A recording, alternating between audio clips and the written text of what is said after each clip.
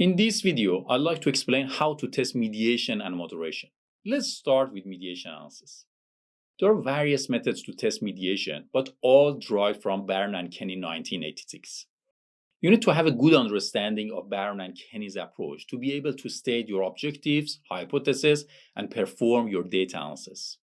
Barron and Kenny suggested a step-by-step approach for testing mediation model. So then, as shown in the model, we want to test the mediating role of M in the relationship between X and Y. To do that, first we need to examine whether there is any total effect.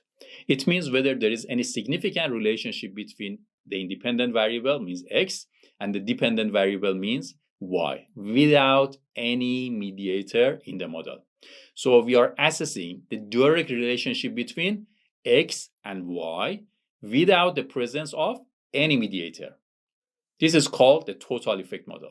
This is because first we need to ensure that there is a significant relationship between X and Y. Then we can add a mediator to the model to explain this relationship and to understand how or why this relationship exists. This means only when there is a relationship between two variables, we can proceed to test the mediation effect.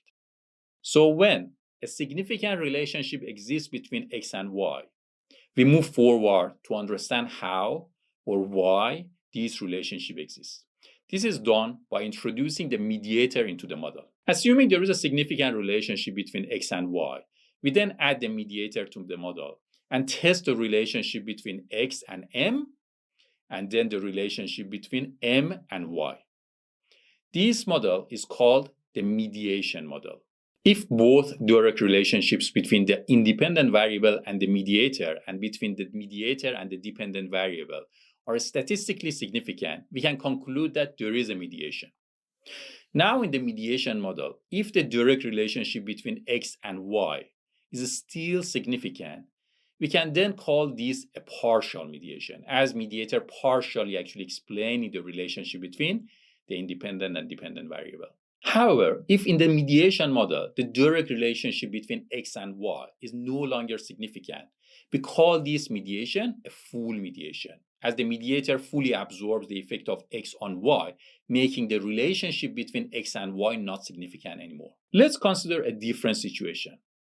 If the total effect means the relationship between X and Y without any mediator is not statistically significant, but the relationship between X and M and the relationship between M and Y in the mediation model are significant, we can conclude that there is an indirect relationship between X and Y. Please pay attention that indirect relationship is different from mediation. There are some weaknesses and limitations when using the Barron and Kenny approach. So please go through the materials I provided to understand why we don't rely on Barron and Kenny method anymore. By the way, even if you want to use other methods such as the Sobel test or bootstrapping, you still need to have a very good understanding of the principles of Barron and Kenny approach, because those methods have been developed based on this approach too. Now let's discuss testing a model with moderators. There are generally two types of moderators: continuous variable moderators and categorical variable moderators.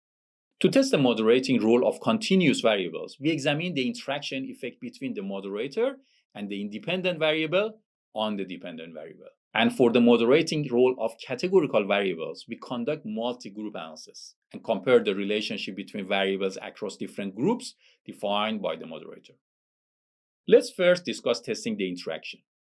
This is how we show a research model with a continuous moderator or with an interaction effect. As you can see, the moderator or variable M influences the relationship between the independent variable and the dependent variable, or X and Y.